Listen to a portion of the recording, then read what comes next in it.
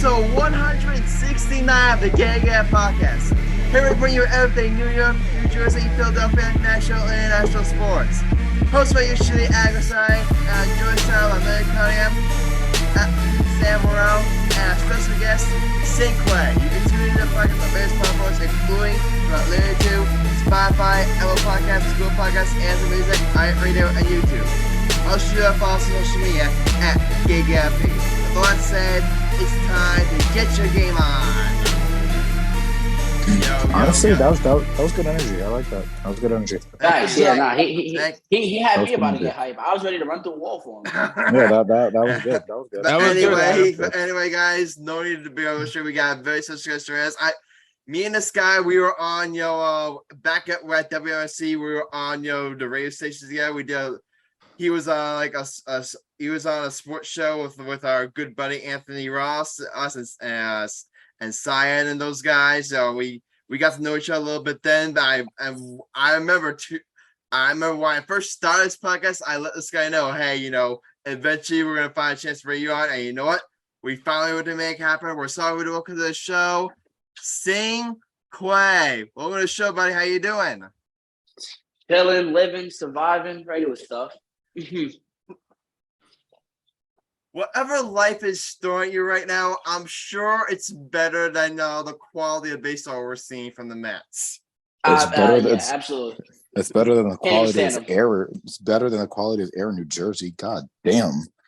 That is also a fact. Them wildfires got y'all literally on fire. Bro, the fucking app. Do you understand it was supposed to be like 75, 77 today? But because of the air quality and because of like the smoke, it actually raised it by like 13 to 15 degrees. So instead of it being 75, it was like 90, 92 today. Yeah, nah, that's ridiculous. See, luckily I moved to Florida, so it's just hot naturally, Oh, you're lucky then. Yeah. Actually, it's worse in Georgia right now. I'm not sure if I can call you lucky if you live in, Florida. You said a black man, Cinquay. You said a brother, man. You gotta be careful in Florida. Facts. Nah, you gotta move militant. You got to. Come on, Florida's like the horror films. The brothers don't make it every time. On God, you're not wrong. My God. I hate this so much now. Sam, you see what we started? Cinquay, we apologize. We're not gonna on our show. We never go with anything that's planned on our show. We never go what's planned. I see. It's like improv. It's pretty much like, okay, we have a script. We follow the script for the most part, and then the other part is just completely improv. It's complete bullshit. That's why we love our podcast. Because we can say whatever the fuck we want. Just like Adam dating Helen Keller. My God.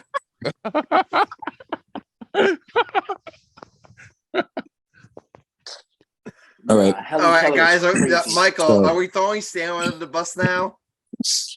For what? I was about to say, okay, so what is the first thing on the agenda? No, because that whole thing started back when remember when Joel Embiid got injured in the playoffs last year?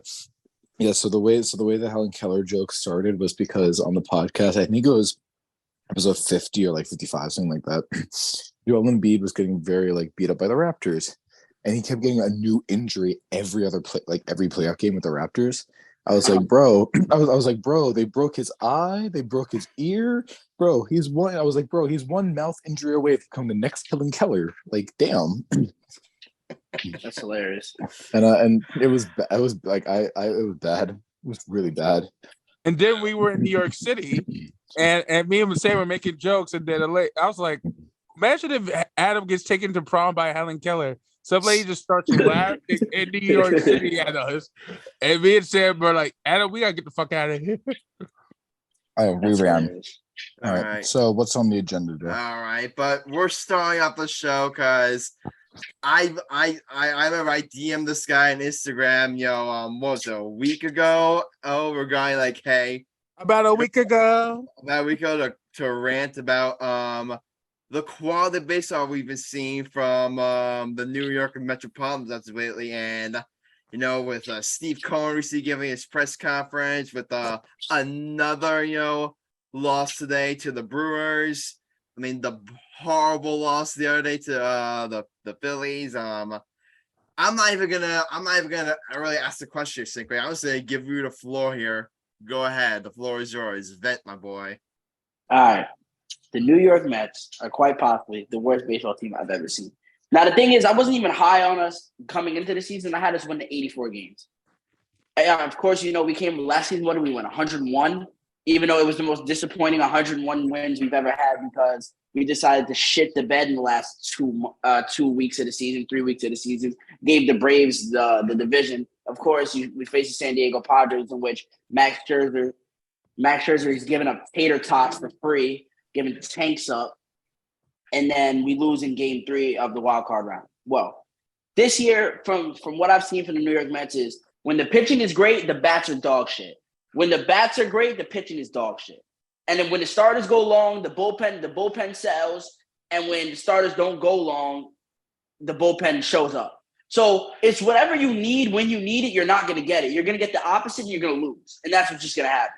We have a record of I think it's 19-2, something of that nature, where if the Mets starter goes 6 innings, y'all win the game. Tonight, Max Scherzer had a relative vintage start, 6 innings, to earn 9 Ks. But of course, he gives up a 2-run jack to Victor Caratini, because why not just give a jack to somebody who's who's halfway out of the league?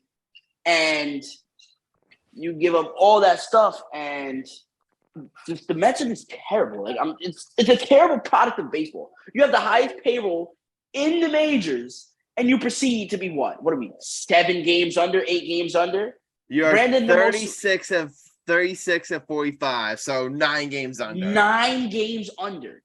Mind you, we sit there, we employ Justin Verlander, who's been dog water for let's just call it what it is. He's not been himself. Max Scherzer started terrible, but has been very good as of late. He had a bad start. I'm pretty sure he had a bad start the last start, but this start he was very solid. He showed vintage stuff. But then, of course, you have Kodai Senga, which when Kodai Senga is on, he's a great pitcher. But when his control deserts him, I don't know. I genuinely, I hope we're sellers. I feel like we needed to sell off all these pieces. Yeah. And it's crazy because we've made good moves. The Tommy Pham move, oh my God, Tommy Pham is a G. Tommy Pham has been so solid for us. And then, of course, you brought up Alvarez. Alvarez, he started off bad, got into a streak where he was hitting tanks, and then now he's back to being dog shit. Brett Beatty, another one, he got up to 320, 330 at a point. Now he's down to 247, even though, yes, he did hit a home run today. Brandon Nimmo, he started off real cold, but now he's been hitting very well. He's had a good June, and he's also had a very, very hot last week where he's hit 4 home runs in the last week. So he's been turning up. Starlin Marte, I feel like the double groin surgery in the offseason, he's not right. Because last year, Starlin Marte, he was the table setter of the table setters. Like Brandon Nimmo would probably walk, give you a single. Marte would get on some way, and then you would have Lindor Pete drive you in. Boom, boom. And then, boom, we already up 2, up 3. Quick. And then we get off that, and then you would have, of course, when he was healthy, of course, you had Jacob deGrom. You would have Scherzer, and Scherzer was on his bully. You would have Taijuan Walker. He was shaky, but of course, there's always parts where, especially in his Mets tenure, Taijuan Walker would have a long stretch of 8, 9 starts where he's dominant, super dominant, stuff like that. But I don't know. I feel like there's just no direction for the team. I think we need to bring up Ronnie Mauricio. We need to send Daniel Vogelback to the moon, even though, yes, I get that he's been good the last 2 weeks. That's not good enough for me. Send him to the moon. You can send Mark Canna to the moon. You could also send Max Scherzer and Justin Verlander to the moon too. That works for me. We send everybody to the moon, restart, rebuild, do something, because I'm so tired of watching this shitty ass baseball. It's disgusting. I have a question. I do have a question. Go ahead. What is the question? Do you think losing DeGrom hurt a lot this season so far? He's not even playing for the Rangers. I feel like it's just a case of father time getting to the Mets. They signed just a bunch of old people. Like you went out and signed Verlander. Yes, he won the Cy Young last year. I get it, but he's 40. Like you signed him to all this money. He's 40. Like let's not act like he's 30. He's 40. Like he's on his way out. Just stuff like that. You just sign a bunch of veterans instead of trying to go after. Sometimes you got to go and take that leap for a young dude who's trying to go prove himself. Like there's a lot of times you see people, they'll go and they'll sign a guy like who's young and like has been like through a lot through the league, and then he comes to a team and then he gets his footing and then he becomes real great. The Mets didn't do that. We signed proven names and just hope that Father Time didn't catch up to them, and they all did. A good example of what you mentioned was the range with Nathan Eovaldi. Exactly. I got a question. Mom, I shoot a question. Go ahead, Michael. You being a Mets fan, who's your favorite Met player of all time, man? What do you think about having Lindor as your superstar player, even though he's like streaky in the last few games? Well, the thing about Lindor is, as much as people like to slander Lindor for his batting average, the thing is like he's realistically, if he batted 270, he'd be like the best shortstop in the league. His numbers, if you look at every other number besides batting average and like OBP and stuff like that, like of course, yes, that's very important, but he's like, he's first in home runs, he's like first in ribbies, first in F WAR or B WAR, all that. Like he's first in like a lot of categories just besides batting. So I don't mind Lindor. It's just that what I like to see. Like realistically, if he hit 270, he'd probably drive for that. Yeah, that's what I'm saying. If he hit 270, if he told me he's driving in like 130, 140. Like he's driving in crazy runs. It's like what did he hit last year? I think last year, he hit 260. Yeah, he was like 260, 270 with 37 26 home runs. Like you sign up for that if you're a Mets fan. Yeah, that's what I'm saying. Like that's worth the money. Because like it's not like the old days. The old days, you used to get dudes that would hit 48 home runs, driving 150 with like batting 324. Like, nah, I'm sorry, that's not that. Pitching has evolved. That's not how it works anymore. That's just unless your name's Aaron Judge, you're not doing that. That's what I'm saying. Like unless you're Aaron Judge, unless you're Acuna, unless you're one of those guys, you're not. Yeah, doing that. You're not doing that. Like I was looking before. You had dudes like Jeff Kent. Jeff Kent put up like 47 and 157 on the same team as Barry Bonds. Like you're not. It's just teams aren't scoring runs like that anymore. Pitching has evolved. Like everybody's nasty. You got the new everybody the craze of the sweeper stuff like that. Like that's just not happening no more. And getting back to Verlander, I wanted to ask you about because one thing though, you're saying a lot of people are saying it could be final time, which I think that's definitely in the cards here. But remember when the Astros first acquired Verlander, a lot of people thought that then he was on the down. He was washed. Yeah, and then all of a sudden, the Astros they turn him back into you could say they made him better than he was in his prime. So and then all of a sudden, as soon as he leaves the Mets, he reverts back to to the way he was pitching before he got to the Astros. So if you're the Mets, you have to ask yourselves like, is Verlander really washed, or are the Astros just doing something that we're just not doing? That's like the Astros. I've been telling people this for years. The Astros are a certified pitching factory. Yeah. They make anybody good. It doesn't matter who comes to the Astros. They make anybody good. Charlie Morton went from the Pittsburgh Pirates when he was a regular 4 to 5 starter, middle of the road, regular dude. He goes there and he looks elite. He goes to the Rays and he's the number 1 starter on the Rays. It does not make sense. Garrett Cole in Pittsburgh was a all right, solid starter. He comes there, he's the best pitcher in baseball. You get Justin Verlander, he's coming over, he's looking on the downtrend. Everybody's thinking, oh, he's washed, he's cooked, all that. He goes there and he wins 2 Cy Young. It's clearly the Astros know what they're doing. They know what to do with their arms. It just is what it is. They are. I don't want to hear about they cheat at all. They're a well-run organization. That's what I'm saying. That's not cheating. That's real. That's just the analytics, whatever they do it correctly. Like that's what that is. That's that's exactly what it is. Now Steve Cohen spoke today. I don't know if you think when you heard much of it, but one thing, and I'm not sure how you're gonna feel about this. I'm sure you're not gonna feel that very good. Is he said that Buck Showalter and who's the Mets general manager again? I forget. Billy Epler. I hate Billy Epler. He says that that for the rest of the season, like they're gonna stick around. So, and I want to ask you about that because if you want to tell me that Buck Showalter's like should take like at least some or a decent portion to blame, like I can understand that. If you want to tell me that Buck Showalter needs to go, like I understand. Look what the Phillies did last year after they fired Joe Girardi. They fired Joe Girardi, boom, they're in the World Series. So, but you look at the way Billy Epler has constructed this team. Like you said, the Max Scherzer signing has been iffy, and the Verlander signing has just been wash. Like so far, I make the argument that if you're gonna get rid of Buck, then you can make the case that Billy Epler should go right with it. So I want to ask you, Cinquay, like, A, what'd you think of Cohen's comments about those two, and B, would you fire Buck and or Billy Epler? Well, I feel like the reason that they're not going to get rid of Billy Epler is because Billy Epler was the one who got Shohei Ohtani to Los Angeles. He was the one who did it. He was the guy who did it.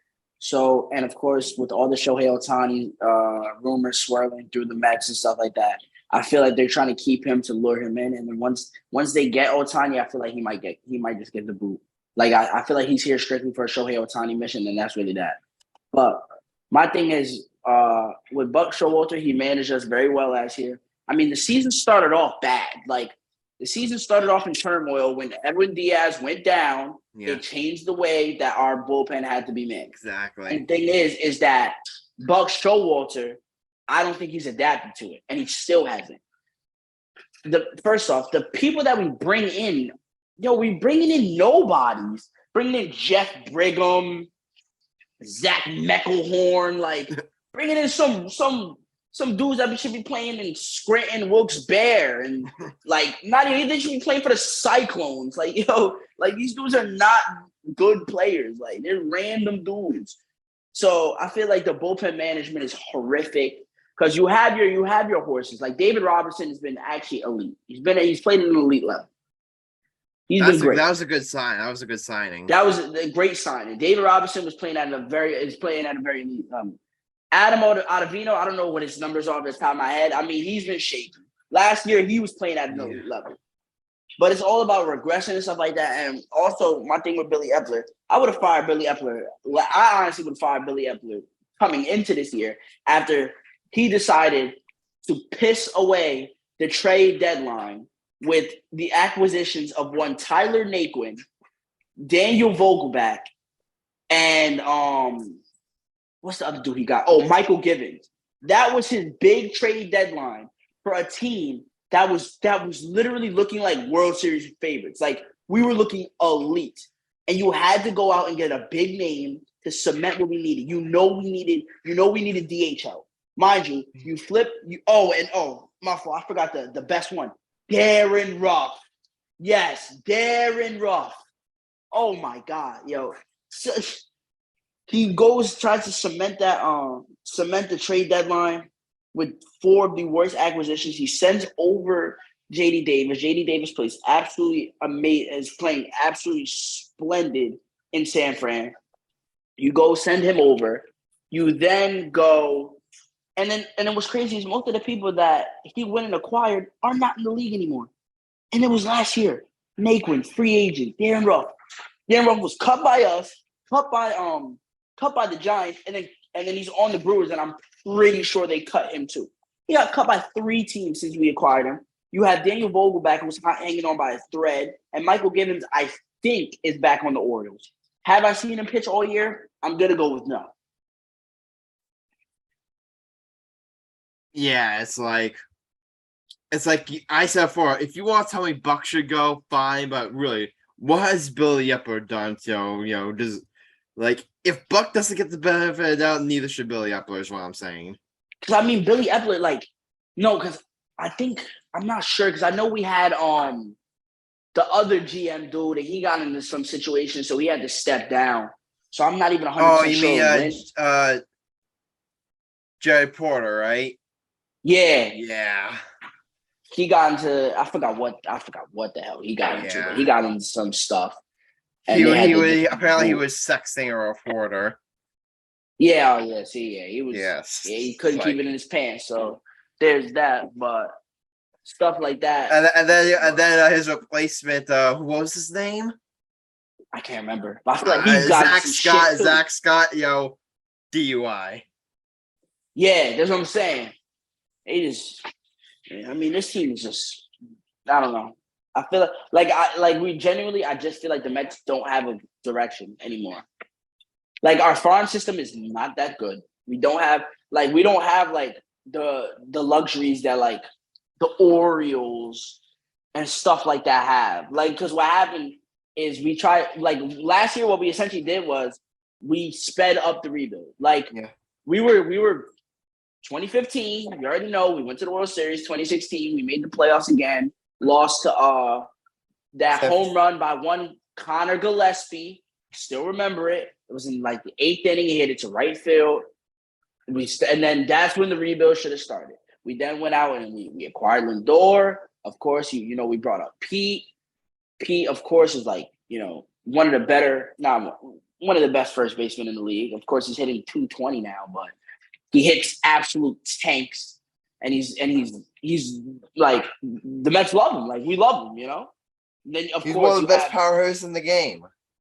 Yeah, since his call up, he has the most home runs in the MLB. Like, he hits tanks. Like, you have him. Of course, we brought up Jeff McNeil, the squirrel. Love him. Even though he's having. That's also the thing. He's also having a down year. He's having a horrendous year.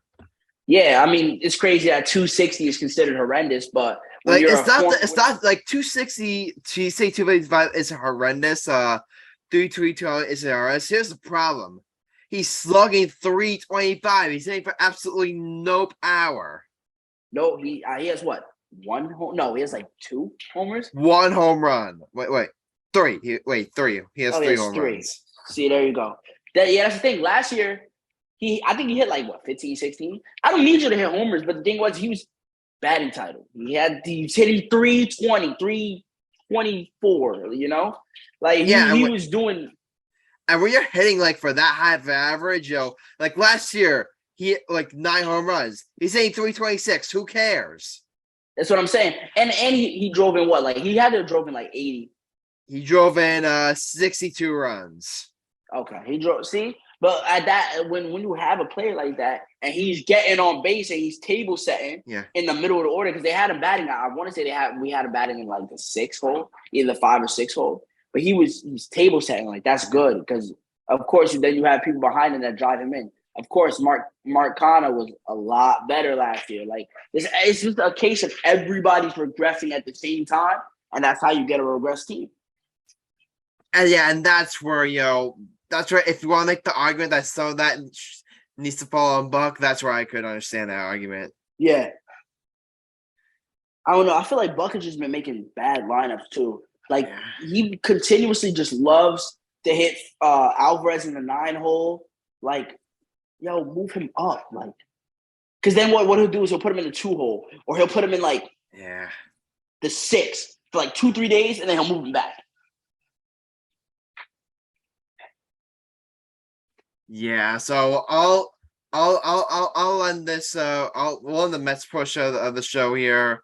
I think I'll ask you Michael, say if you want to chime in here, you can do it. So here's my final one: is that you heard Steve Cohen say, he's open to selling at the deadline. I want to ask you, and this is my one thing: is who on this roster would you consider selling? Like, who really do you think you could look at and say, A, isn't part of the Mets long-term future, and B, that could pretty decent return in terms of prospects and assets. So I want to ask you, Cinquay, like right now, your Billy Upper, who are you selling off of the deadline? You're probably gonna have to sell Tommy Pham. I'm pretty sure he's a free agent at the end of the year. Yeah. We'll sell So, Tommy Pham because Tommy Pham's been actually very good. Like he's actually been like probably over the last month, he's probably been a best hitter. I'm not even gonna lie to you. yeah. I mean, I would sell Vogelback for a bag of peanuts. Seems same value. Works for me. I don't even know. Maybe I mean, you could maybe sell Marte. We already sold off Eduardo Escobar for a pack of Nutter Butters. Like, just like I feel like nothing has value on his team. Like the only thing that I have value was like Pete, but like, are we selling Pete? No. Like No. Pete needs to be a Met till he dies. Like Exactly. if you sell off Pete, that's like you're completely blowing it up. yeah, you sell off Pete. I promise you, I'm not watching the Mets play. Nope, Exactly. I'm You're good. telling I'll all watch it Mets like fans don't watch. Yeah, no, I literally will watch like 6-7 years. I'm good. No reason for me to make my eyes want to bleed. Just like people be talking about some, we should sell off Lindor. No, you want to sell off Lindor or watch? We will literally look like the Yankees offense for the month. The Yankees offense this month, before last night, they scored 67 runs this month. It's about 2 a game. They Yes. scored about 2 a game. Yeah, that's what the Mets will do, and we will be winning about 50 to 60 games. Yeah, I'm good on that. Yeah. So yeah, Michael, Sam, do you have any final questions here for us, Cinquay, regarding the Mets? No, not really, because it's like the only thing I can relate with you on is the fact that the Yankees are trash as well. So, No, he got it. Domingo Germán threw a perfecto. So Yeah, There's I that. mean, he did, but still, listen. I have very, very high expectations for the Yankees. If we're not dominating like we're supposed to, it's just bad. Yeah, pretty much. yeah. If you couldn't tell, like Stan's here, kind of like very down, on the Yankees. But we definitely have. Honestly, we definitely have to talk about that after that wild series, or that wild series in Oakland. I mean, we'll get to the Domingo Germán perfect game later, but I mean, you're starting to see. I came on the show, Cinquay, and I was very, very negative about them after they got swept by the Red Sox. Like, I'm thinking to myself, okay, what's this? The slap isn't doing anything without Aaron Judge, like they're what? It's not like he's gonna come back for a while. A lot of players in the slap are struggling, Really, like, what's the end game here? Like, is this gonna be another, season where you're gonna barely squeak into the playoffs and get early exit? Well, that's still not the case. You're starting to see them turn around. They took 2 out of 3 from the Mariners. They took 2 out of 3 against a very good X-Rays team, and after a very disappointing loss on Tuesday, on Tuesday against the Athletics, you go ahead and then you absolutely destroy them, scoring 11 runs on the Domingo Germán perfect game, and then you scored 10 runs on them, today. Yes, it's the A's. They stink, They're the worst team in baseball. They're an embarrassment. I don't blame the fans for boycotting. Like, I could rant about the A's for hours, but hey, you gotta play who's on a schedule. So you could kind of see, I'm not buying into them yet, but you could see, them starting, turn it around a little.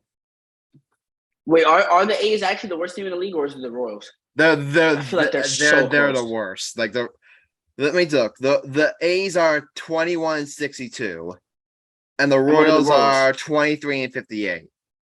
Congratulations. Mind you, the Royals are supposed to be some young up-and-coming team, and they're horrible. Exactly. I'm surprised their GMA hasn't gotten fired. Prayers for our boy Chris Kieran. He was a former host of the show. He's got the Chiefs. He's fine. Oh yeah, he cool. The Chiefs litty. It's like you talk to a person in Kansas City, it's like the Kansas City Royals think. It's like, we got the Chiefs, we're good. I'm just suffering. He said, "I'm just suffering." I'm just Bro, my fandom. Yeah, I mean- do you not understand my fandom? The Yankees not doing very well. Pelicans, absolute dog shit. Ravens, we hopefully will do well, but every year we think we're going to do well, and then we end up being the 7th seed and getting out in the first round, even though we have a player in Lamar Jackson who should be carrying us to the goddamn championship. The only team I have is the Knicks, and I don't even have the Knicks anymore. I can't even enjoy them because Mike and Adam keep telling me that I'm a fake Knicks fan. You want us to bring it up? You want us to No, bring I that don't, up? because it's not true. So All I right, can't even, but I can't even enjoy the one team that's good. Well, I mean, my fandom is fucked. I'm a Mets fan. I like the Clippers and I like the Dolphins. I'm fucked. We're in the same boat then, buddy.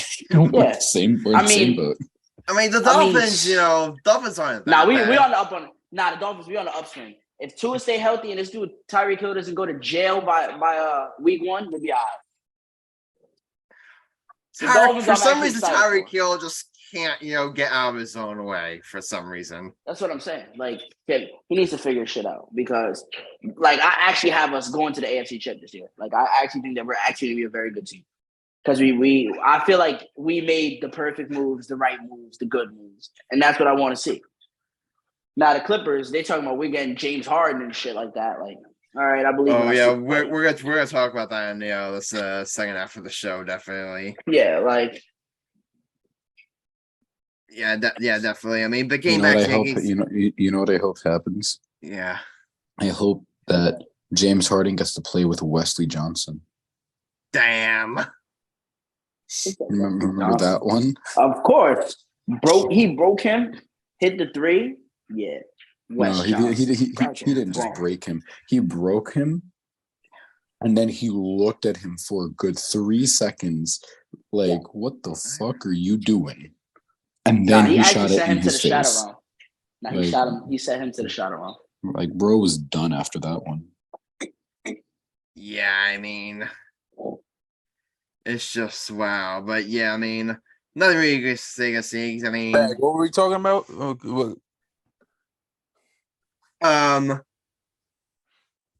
Sam here, Michael, our buddy Sam here was talking about. We won't get into that. Sam, if you want, you can bring it up, but we're not gonna. We don't want to start a big nuclear argument on the show. What happened? What's the argument? Sam's claiming that the only team he has good at Knicks, but he said according to me and Michael, like Sam's a fake Knicks fan. He is a fake Knicks fan. The fuck? How many times we gotta go through this?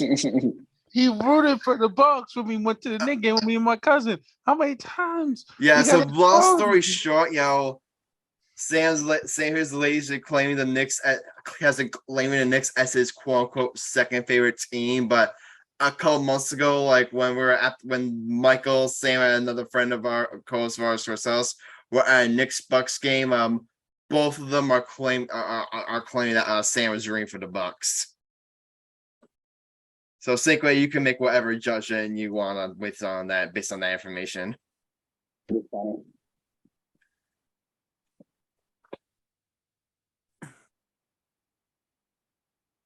Cinquay looks like a smart young man. He probably knows that's being a fake Knicks fan. I mean, they've been hard to root for like the better part of 30 years. So yeah, I mean, 20 years really. I mean, at least in the 90s they had Patrick Ewing, and they were going to the finals a couple of times, but since then it's been yeah, they've been to the finals and losing. Yeah, I mean, Domingo Germán throwing that perfect game. I mean, what a treat! I mean, you can say whatever you want about Germán is off the field like bullshit, but I mean, I'm not gonna lie. So that was really fun to watch. I remember I was coming home from the batting cages and the golfing, and then I turned it on, and it was just like it was just fun to watch. Nothing else I can really say there. All right, but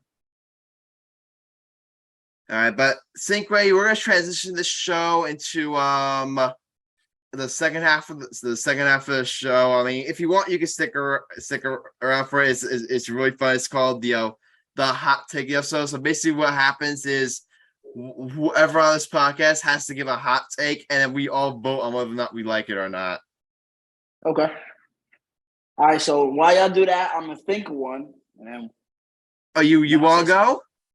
Yeah, I'll go. I'll stay. Oh, and just so you know, it could be on anything sports related. It could be basketball, football, baseball, hockey, whatever. It could be whatever. All right. So if you want, you can think of it. And Michael Sam will count this for Marcellus, since he's missed like so many episodes. All right. So yeah, Cinquay, take your time. All right. Who's going first? Basically, we don't all give a hot take. It's one per episode. One guy goes an episode. Yeah. Okay. Now I got you. All right. Hot take.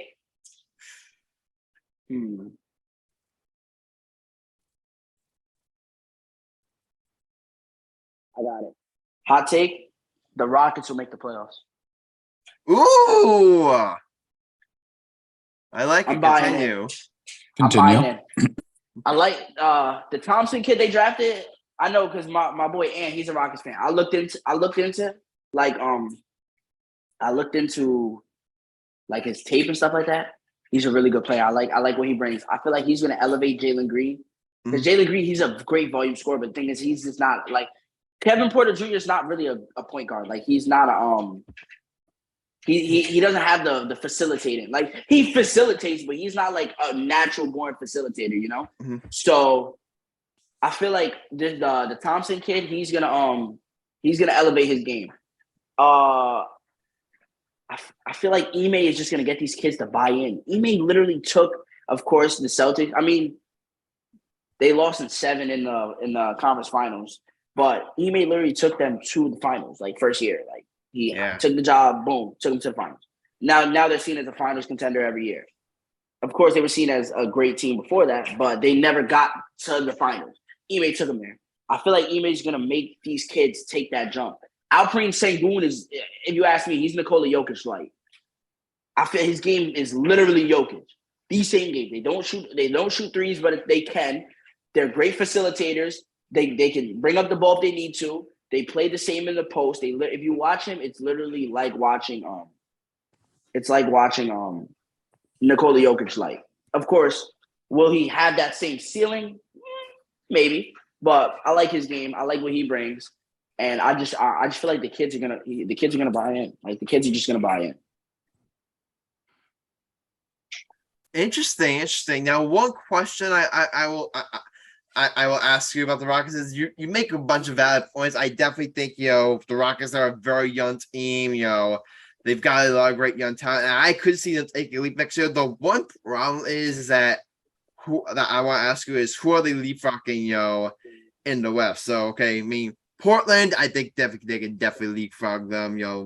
Portland's a shit show. They have Damian Lillard and who else? And he may not even be there, by the start of the season. Yeah, we don't know what the hell's going on. Yeah, so I think they can jump them. Utah, I think they can jump them.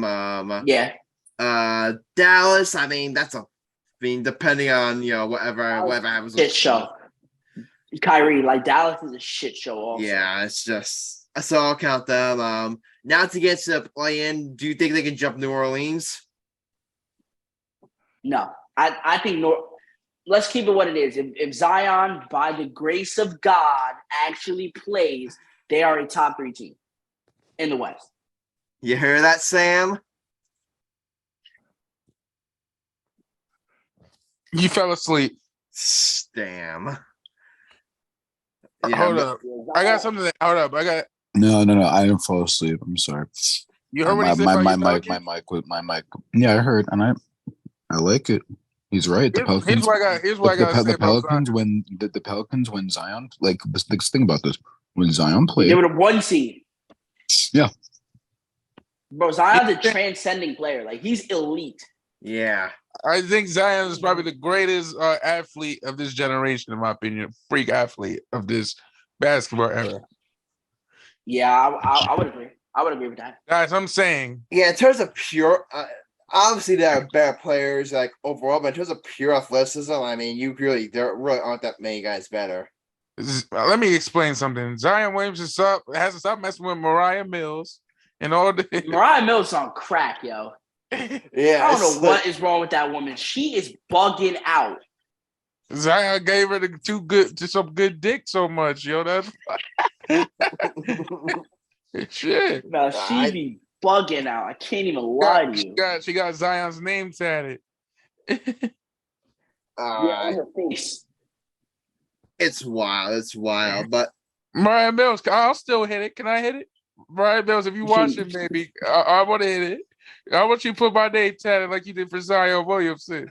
Can you I want your name on my. I want you to put my name on your titty, okay? I've been watching your porn videos for years, Brian Mills. Yo, get a black. I know. Cinquay, if you could tell, this is a very fun podcast we have over here. Hey, I see. know I don't got that NBA contract. I mean, I'm a low-key millionaire. People say stuff here that you could never get away with saying with at WLSC. Facts. Hey guys, hold up. Funny. I know I don't got that Zion money, but I'm a millionaire. I got my own music career going on. Shit. That's hilarious. But yeah, but all seriousness, I agree with Cinquay over here. My brother from another mother, Cinquay, over here.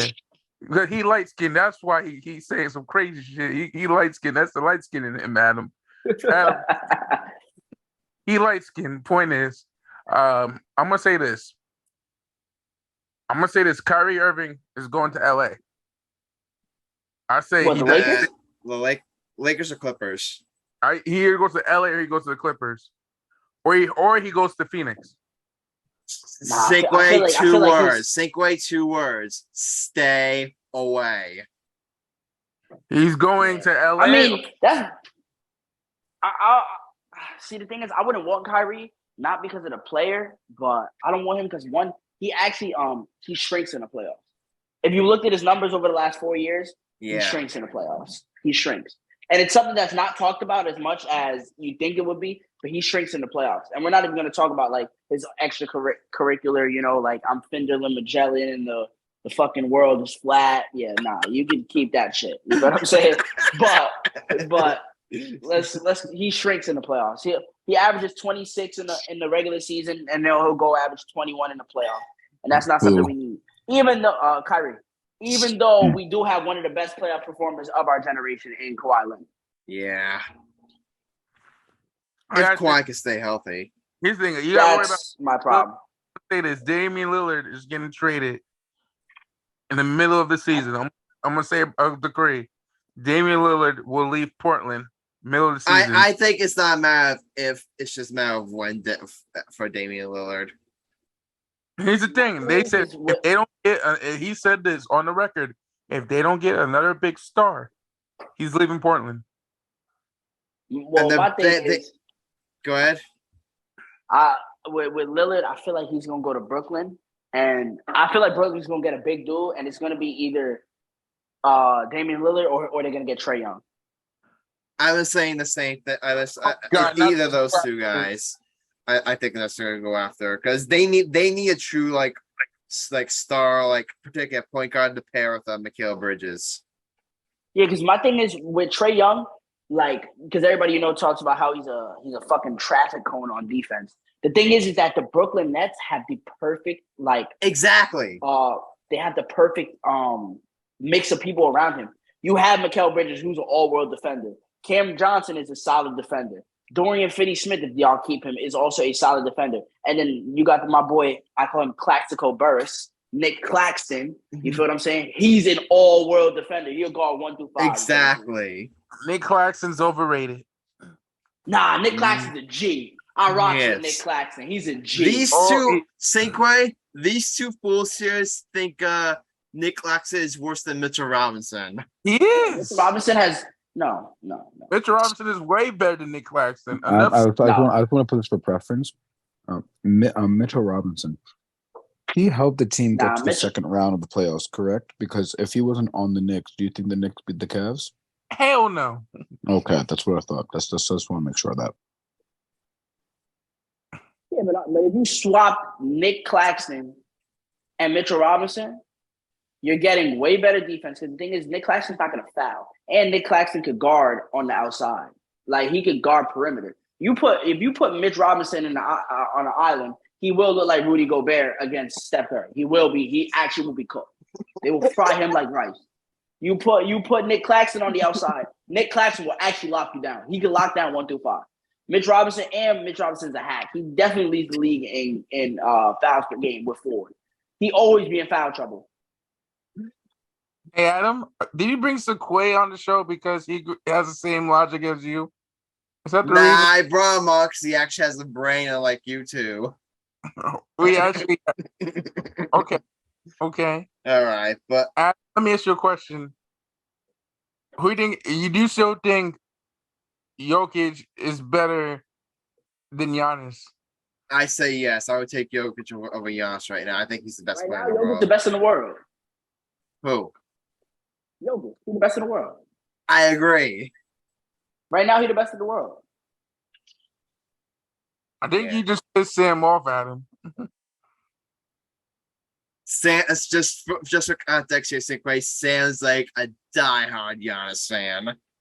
No, Giannis is elite. Like, let's not get it twisted. Giannis is the top. He's player in the elite. league, I just think Jokic has the edge on him. That's all.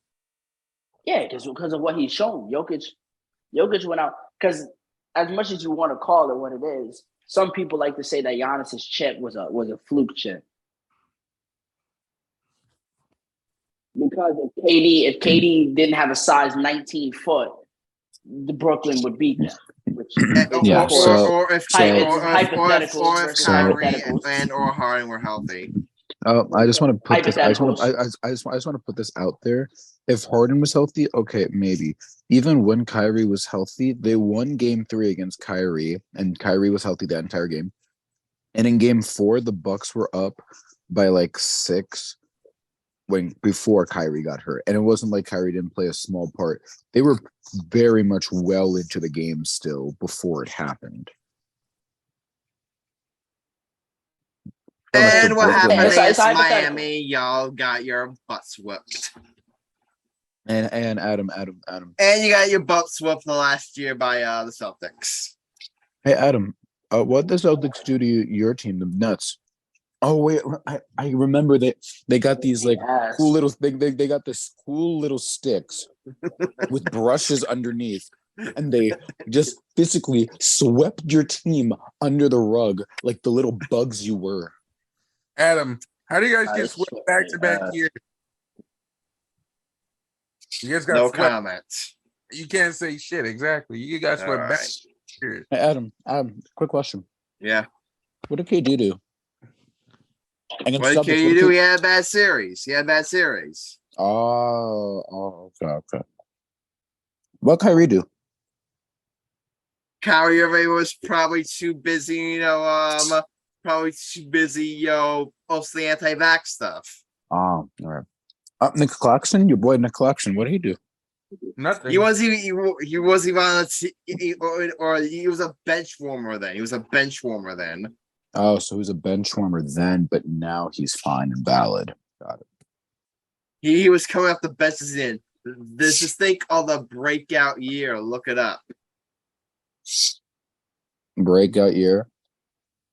There's this thing called, improving your game. They give out the award most improved player for a reason. I haven't seen him win it once, unfortunately. I never said he was gonna win it.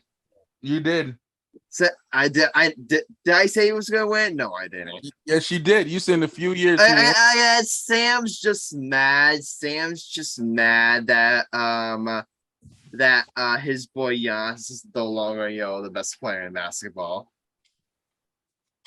He has a nice silver medal next to his name in terms of NBA players. He's still the best.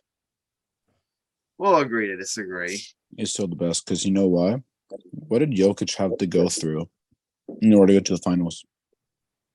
And what He had to go through league, LeBron. He had to go through LeBron. Did he not sweep them? He had to go through the Suns. He had to go through the Heat. He had to go through a LeBron in his 20th year. Oh my God, that's such a hard accomplishment. It's not like two to three other teams have. LeBron's still one of the best in the world, though. Even he's in still year one 20, of the best in the game. He's still one of the best in the world. Don't get me wrong, but let's not act like, oh, okay, LeBron had this like ultra squad around him. He had a very good squad. AD is no slouch. Austin Reeves is for real. KCP, he's on the Nuggets, my bad. But Austin Reeves, he's legit. I'm sorry, Austin Reeves is actually legit. Rui Hachimura is an amazing asset to have. But when you compare that to someone who I considered the second best in the world already, with maybe the third best in the world, if you want to put it like that. And then you have someone like Jamal Murray, who I knew in the regular season, okay, he's an all-star at most. In the playoffs, my man's a bucket. He is. Like he is a certified, bona fide superstar in the playoffs. Yeah, he wanted them playoff risers.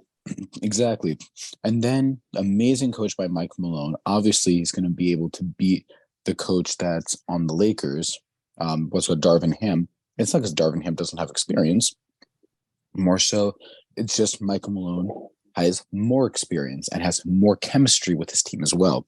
And then on top of that, you go and you have the role players that the Nuggets have, which compared to the Lakers, like Rui Hachimura and Austin Reeves are the only two I can think of. I can think of Aaron Gordon. I can think of KCP. Torrey. I'm pretty sure was Torrey Craig's on the Nuggets. I think. No, you forgetting Bruce Brown.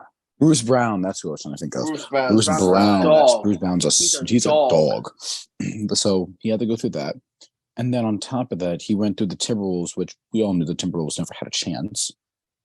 The only team I give him somewhat respect for beating is the Suns. But again, the Suns had absolutely no depth. It was literally Devin Booker, Kevin Durant, and that's where it stopped.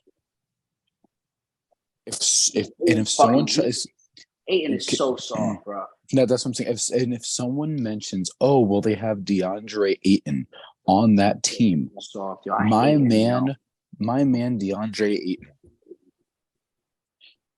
man, he needs to go to the gym. He is softer. He is softer than Steph Curry. I bet Steph Curry can baby shit. Like I bet Steph Curry can post up DeAndre Ayton and still score on him. That's how bad it's gotten. And then obviously the Miami Heat, they're an 8 seed versus a 1 seed. And the thing with Miami, people will say, oh, well, they're a very good team. They're a very good team, but it's not because of the talent that Miami made it to the finals. It's the discipline. They are one of the most disciplined. Yeah, the culture, exactly. They are one of the most disciplined teams to date.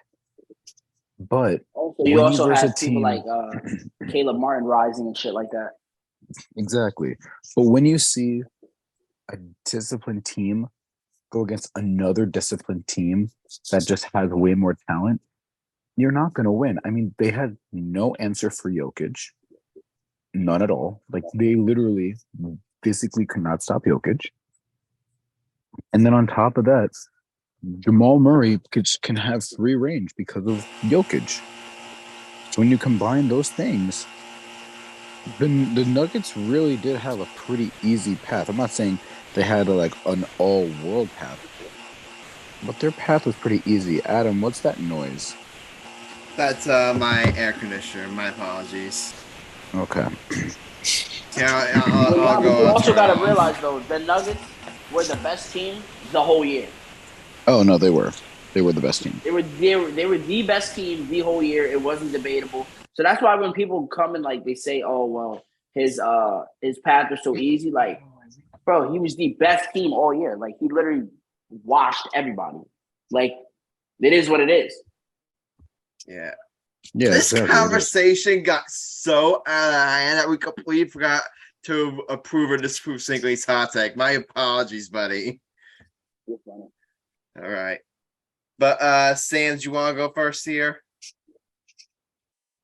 For the Rockets thing, I do approve. I think the Rockets do have a good chance.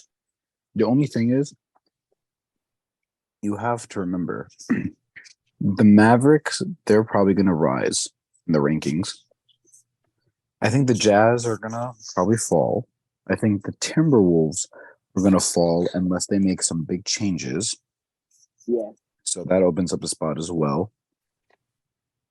But you have to remember, there's potentially two teams that are going to rise. The Thunder and the Pelicans. The Pelicans are an amazing team when Zion is healthy. Yeah. And then the Thunder, you have to remember, and everyone's forgetting this, they're getting Chet Holmgren back. They're getting the boy himself, Chet Holmgren, back. And in his first summer league game, I think he had like 5 blocks. Like he was. Chet is a dog. Like Chet Holmgren is going to be amazing. Combine him with the already amazing talent of Josh Giddey and Shai Gilgeous-Alexander. And don't forget about J-Dub. Yeah. Oh yeah, and J-Dub. I forgot for a second. J-Dub is super tough. Exactly. You look at that Thunder team, they look like a squad that's going to be uprising too. So you have to remember they have that competition, but I feel confident the Rockets will actually make the playoffs. In fact, I'm so confident that this is what I think will happen. I think we're going to have 3 new teams in the playoffs. I think the Pelicans are going to make the playoffs. I think the Thunder are going to make the playoffs. And I think that the Rockets are going to make the playoffs. Yeah. Yeah, another team I forgot to mention, the Memphis Grizzlies, they're definitely going to fall. The Grizzlies are definitely going to fall. I think the Warriors low-key might fall. Well, they're missing. They're getting rid of Dylan Brooks and the whole Ja Morant suspension. They're definitely. Yeah, but they play better. They play better without Ja. And you got to remember, they added Marcus Smart. Good point. Who's great veteran leadership. Yeah. What's crazy? You know what's crazy? Yeah. As much as I think that the Lakers are going to miss out on the playoffs. Really? I think they're going to miss out on the playoffs. I don't buy in. All right. Do you think Warriors are going to make it? Yeah. They always are. That's a great Clippers? team. Yeah, we'll get it. All right. Phoenix? Yeah, of course. All right. And you think the Kings fall? No. I rocks with the Kings. They're tough. That's a gritty team. That's my one problem. Why I'm kind of on the fence about the Rockets is that they're just there's just so many spots that they're gonna have to overtake. Yeah. That's my only problem. That's the only thing from me saying a definitive yes. So that's why I'm kind of right now. That's your guess, Adam, and you're gonna put him you're not gonna vote for him. Wow, Adam. I'll be nice. I'll approve. Good boy. Michael, go ahead. I approve. There you go. Congratulations, Cinquay. Your hot take has been approved. Look at that. All right, but what a debut. What a debut. All right. Better than I'm not gonna. I was gonna say better than you, then I couldn't think of anyone to say. Better than better. All right, but we did have one basketball story here. We'll get us that way quick, Cinquay. Then we're gonna start wrapping up the show here. James Harden might be on his way out of Philadelphia. Not might. He is. He's gone. He is out of his way. Dame is staying in Portland, but James Harden's definitely leaving. Yeah. According to Agent Wojciechowski, James Harden's gonna pick up his player option, and him and the Sixers are working there to exploring trade scenarios. Expected that Harden's play his last game is Philadelphia, and they mentioned the Clipper. He specifically mentions the Clippers and Knicks are expected to be on the teams that will engage this potential James Harden trade. And let me just say, guys, as a completely unbiased Brooklyn Nets fan who wants nothing but nice things for the Knicks, I would love for the Knicks to trade for James Harden. He'll fit in perfectly there. Hey, Adam. Yeah. You know who I'd love for the Nets to get? James Harden? No, Trae Young. You know why? Why? You know what they would have to give up to get Trae Young? Ben Simmons. They would have to get rid of Mikal Bridges. They would have to give up, because that's what Mikal Bridges is right now. He's way lower than Trae Young. They would have to give up Mikal Bridges. They would have to give up, oh God, what's his name? Cam Thomas. And they would have to give up Ben Simmons. So you can have a team with your favorite player, Nick Claxton, and Trae Young. How lovely. No, they would never give him Mikal Bridges. That would never happen. They're not trading Mikal Bridges. Now, Mikal Bridges is actually an immovable asset. He would never move. And also, you got to realize that they did recoup a lot of picks from 1, Kevin Durant, and 2, James Harden.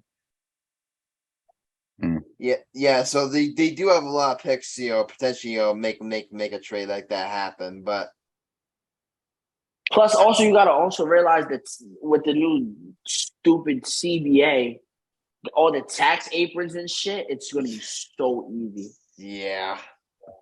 It's going to be so easy for teams to make moves because now everybody's desperate to get under the tax apron. That's true. All right. But yeah, speaking of, Wall Street mentioned the Clippers and the Knicks for Harden. Well, we're in luck. We have a Clippers fan here and we have a Knicks fan here. So I'll start with you, Cinquay. I can see everyone's here starting to get a bit tired. So we'll keep this short. I want to ask you, what are your thoughts on if you're a Clippers, would you be in on Harden? You said, would I be in on Harden? Yeah. I mean, yeah, it'd be cool to have 3 All-Stars and they all get injured and then it's just back to painting, Because that's fun. We love pain. We just love pain right now. It's so much fun. I'll take that as a no. All right. Realistically, I feel like it's not a bad move. I feel like that James Harden has learned in his life, how to become a facilitator. And of course, people say that James Harden folds in the playoffs. And Paul George folds in the playoffs, even though Paul George, the last time that we seen him in the playoffs, he actually took us to the Western Conference Finals. Don't forget about that because that's the highlight of my Clippers fandom. But I feel like getting James Harden and all that stuff is a solid, it's actually a pretty solid acquisition. Now, what I've heard. Oh yeah, I forgot. Wasn't that the first and only time the Clippers ever made it past the Western Conference semifinals? Yep. Yeah. And wasn't that because the only 2 times ever that the Clippers could have made it, the first time they decided to put Raja Bell in on defense to guard a 3, and Raja Bell, who was a terrible defender, couldn't guard a 3. And then on top of that, the Clippers had a 3-1 lead with Kawhi Leonard and Paul George. Yep. No, that's another one. We had the Rockets. The Rockets when Josh Smith decided to become God, and he actually bent us over and did very disgusting things to us. I know. The Clippers getting injured constantly every single year, quite possible. And then we blew the 3-1 lead to the Nuggets in the bubble, but fucking bubble. It's the bubble. It is what it is. I don't really give a shit about the bubble. But listen, the bubble's proven that some things were true and some things were false. For example, we all said the Lakers were good. False. Who said false? But the people said, oh, the Nuggets may be washed up. False. People said the Clippers were trash. That was false. The Clippers were still good. People said that the Phoenix Suns are now actually a good team. That's true. People also said that that the Nets or who else made it? That some random ass team that made it to the bubble should have retired months ago. Oh yeah, it was the Magic. The Magic should have retired months ago. Very true. The Magic are just absolute ass. Facts. Like, and I live in the Orlando area too. Yeah, why did the Orlando Magic decide to go into the bubble? They were the AC that year. Well, so much, well, that definitely helped them, didn't it? They still lost. I thought that imagine if Orlando would have won the bubble that year. I'm not gonna lie. I remember that year. I remember it was one of my first DraftKings bet. I bet on the Magic to beat the Bucks that one game that they actually won. Hilarious. Wow.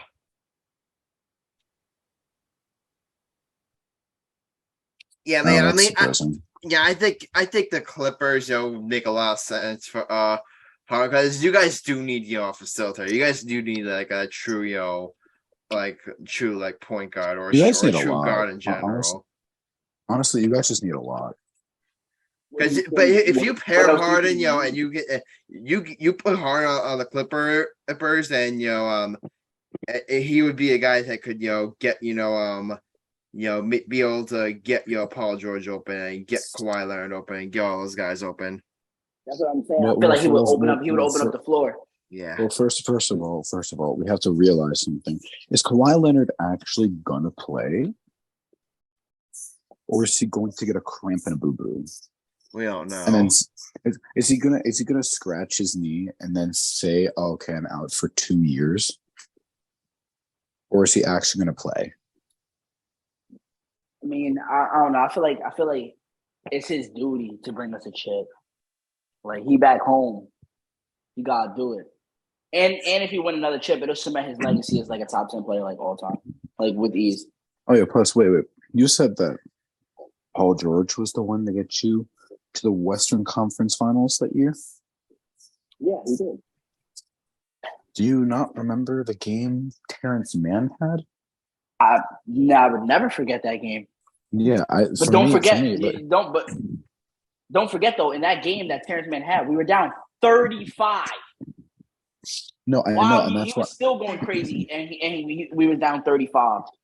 No, but that's what I'm saying. For me personally, while Paul George was like doing his thing, don't get me wrong, he was doing this in that series. I will always say this: Terrence Mann. Who would have ever thought Terrence Mann would have been the one person that saves the Clippers out of everyone? Paul George did his part, but Terrence Mann came in clutch. Like when it was down the stretch, he was a bucket. He was a bucket, yo. Yeah, I literally remember I was at work watching it, and I'm like, yo, he's going crazy. Like, yo, they cannot stop him right now. No, and I remember I told my friend, I was like, I find it funny. It's not Kawhi Leonard who takes him there. It's not Paul George. It's not like Chris Paul or Blake Griffin or Bob McAdoo, if you want to go that far. It's not any of them. It's a random ass player called Terrence Mann, who I don't even know who he plays for anymore, that brings y'all to the Western Conference Finals. That sounds very on brand for the Clippers. And what's crazy is Terrence Mann, he scored 31 that game. He's never scored 31 in a sanctioned game ever. Yeah, and that's what I'm saying. Like I literally was just like, Terrence Mann literally did the impossible. Terrence Mann did something most superstars could never do, and that's bring the Clippers to the Western Conference Finals. That's something Bob McAdoo couldn't do, Bill Walton couldn't do, Chris Paul couldn't do, Blake Griffin. Hell, you want to count DeAndre Jordan? We can count DeAndre Jordan. That's something Kawhi couldn't do. Paul George, he was part of the team, so I'm going to give him some credit. But the fact that Terrence Mann was the one that brought y'all there, I was just like, bro, This is very on brand. He was Clippers, going. I'm He not was gonna going. lie. He was going crazy. Like, Yo, it's just the everything fact- he was shooting was dropping. Yeah. Exactly, and that's what I was like. It's just like when it happened, I'm like, I find it funny that the one time the Clippers make it, it's from an apps. It's because an absolute nobody that did not have a right showing up that night the way he did showed up and just said, "I'm taking over. Yo, fucking wait." Yeah. But That's we also- have that's we also have huge. our good friend Alex here just texted us I'm feeling Harden's gonna be dealt at like 1:30 to 2 a.m. tonight. I wouldn't be surprised, Harden? honestly. Yeah. Harden, yeah. I wouldn't be Like- surprised at this point. Harden, like Harden James. Yes. Harden James. All right. Harden James. Harden James. All right. Nah, that'd be crazy. You just wake up to some James Harden's Clipper or some shit. What? Yeah, it's like James Harden, James Harden goes to Charlotte Hornets it's for a like second round pick and some cash. it's like after the show, it's like, and then Jace Harden says the trade. It's like, God damn it, we literally missed it by like an hour or 2 hours. No, you want to know? It's still the most disrespectful trade I've ever heard of or seen was when Andre Drummond got traded to the Cavs for a second round pick, and that was it. And Andre Drummond averaged 15 and 13 for the Cavs. So it wasn't like he was playing he was actually playing really well for the Cavs. And he got traded for a second round pick. Who are we talking about now? Andre Drummond. I just think he was a G. He was played pretty well incredible. during his time with the Nets. Yeah, he's really good. Yeah. Like I'm not sure why people think he's this trash player. Do you want to know how good Andre Drummond is? Yeah, There's you go only ahead one- really quickly. But then we got start wrapping up because it's starting to get a little late. Andre Drummond, there's only one player that is technically an active player, like free agency included. There is only one player that has more 2020 games than Andre Drummond, and that is Dwight Howard. Wow. Andre Drummond, I think, racked up 30 2020 games. Yeah, He he's has more. actually a monster. He has more 2020 games than the next three players on the list combined.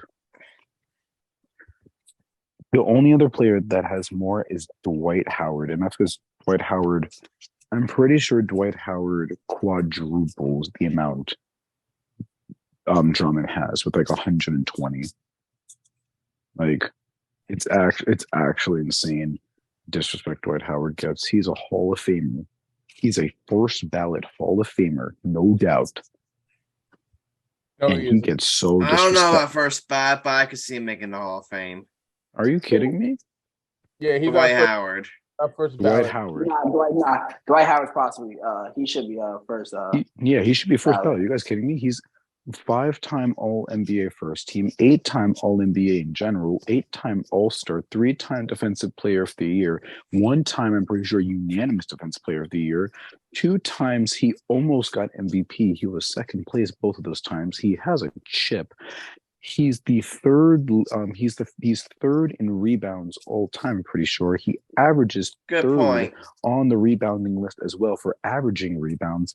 And on top of it all, he has the third most 2020 games behind Bill Russell and Wilt Chamberlain, which I'm pretty sure it's never going to be beat because they both averaged 20 rebounds for their entire career. So, do we really need to go any further? And he was a rebounding leader multiple times and a block leader multiple times. He's gonna be a first ballot Hall of Famer. Yeah, and if we really want to go that far, LeBron's number 2 all time, correct? For like, players, we would say he's number 2 behind Jordan. Oh, not Mike, because Mike's biased. Oh. But you two, Adam, for a Sander, second. For a second. You know what happened in the finals? That was because people were like saying, "Oh, it's gonna be LeBron versus Kobe." You know what happened in those Eastern Conference finals? Dwight Howard saw that people were already putting LeBron in the finals. He got mad, and he carried the Orlando Magic without their other All-Star, because people keep forgetting. Jameer Nelson was the other All-Star for the Orlando Magic. He didn't play. He was injured.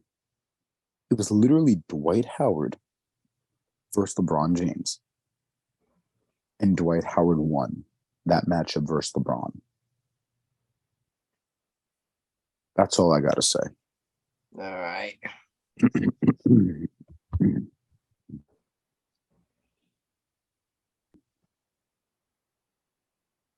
What happened? My God. My boy just texted me. Yo. What? JD fucking Martinez just hit a home run. I just made 7,000. Oh my God. Yo, boy, JD Martinez. Oh my fucking God. Yo. There's no way.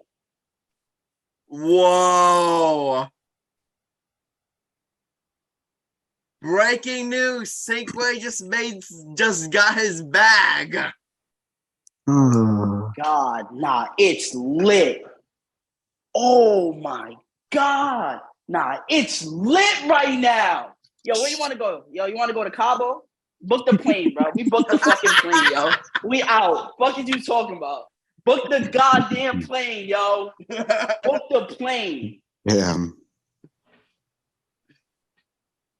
Adam, remember when you screwed me out of 80 grand once on betting on the Lakers one day?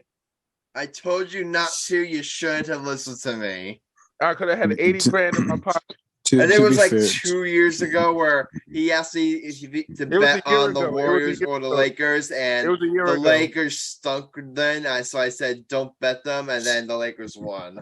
To be fair, Mike, I'm going to be fair to Adam.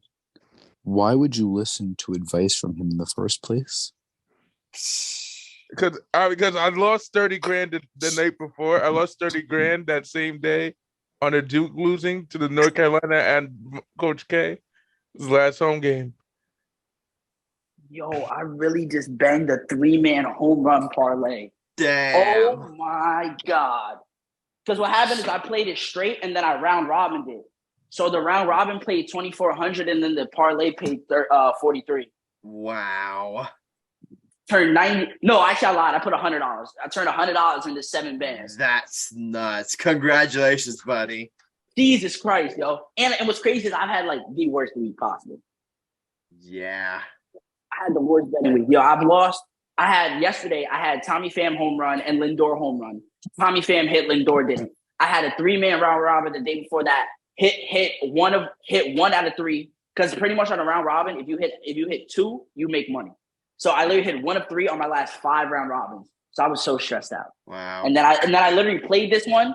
And then and what's crazy is I looked at it, I made it, looked at it and was like, nah, fuck it. I'm not even gonna play this shit. I've been losing. And I was like, you know what? I was like, nah. I was like, let me play this, because I was like, if I don't play it, and it hits, I'm going to be pissed off. Yeah, it's lit. Congratulations. Good job. I'm just trying to be like you, Adam Grassani. I'm trying to be like you. Oh my God! Don't ever say that, please. Wait, what? Please don't be like Adam. Well, please don't be like Adam Grassani. Please don't. Hey, who won season 1 of our betting? Who won season 1 of our betting?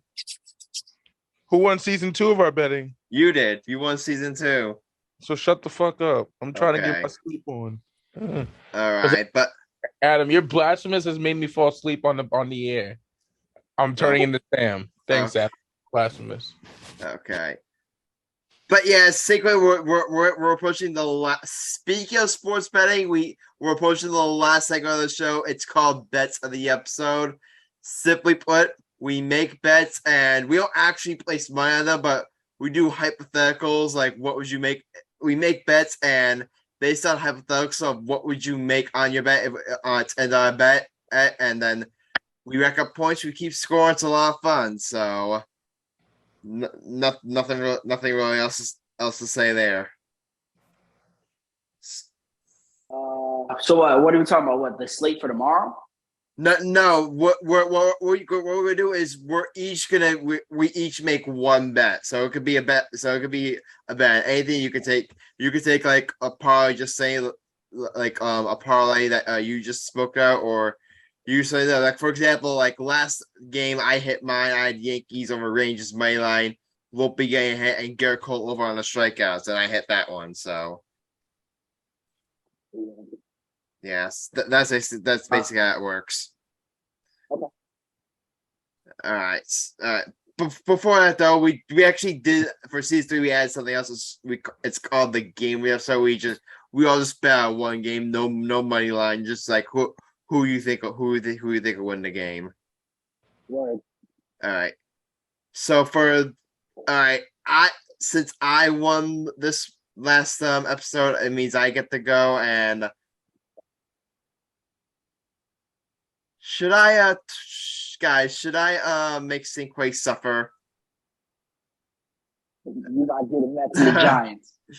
I'm thinking between that and the Astros Rangers.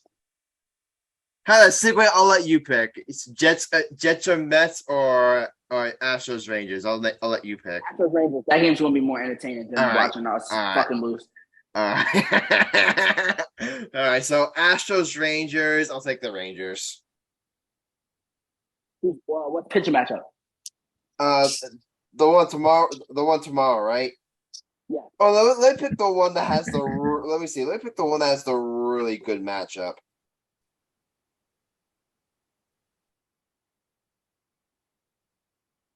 Let me see. Oh, we'll do Saturday. That is Nathan Eovaldi versus Hunter Brown. We'll do that one. I would take the under. All right. But just Cinquay, we're not doing over earners. I think we're just doing who's going to win the game. That's it. Oh, okay. I would take the Rangers. All right. I'll take the Rangers too. Sam, who are you taking?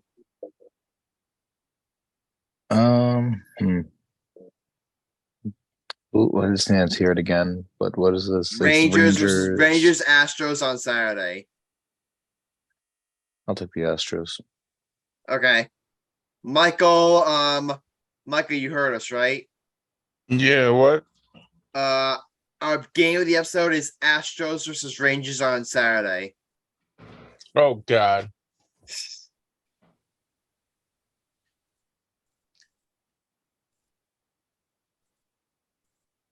I'll pick the Rangers. Yeah. You were gonna bet the Astros. I know you. Because you hate them so much. All right.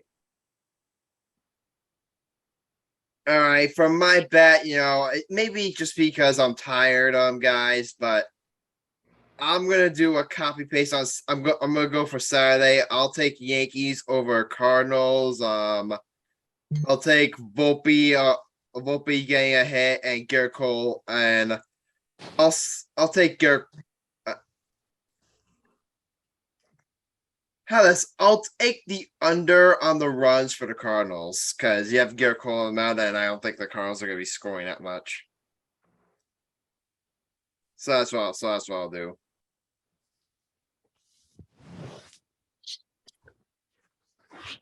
All right, Cinquay, you're up. Give us a bet. Make it a good one. Who's pitching Cole and? Just so you know, this isn't for the Yankees. You can do any game you want. Any game you want.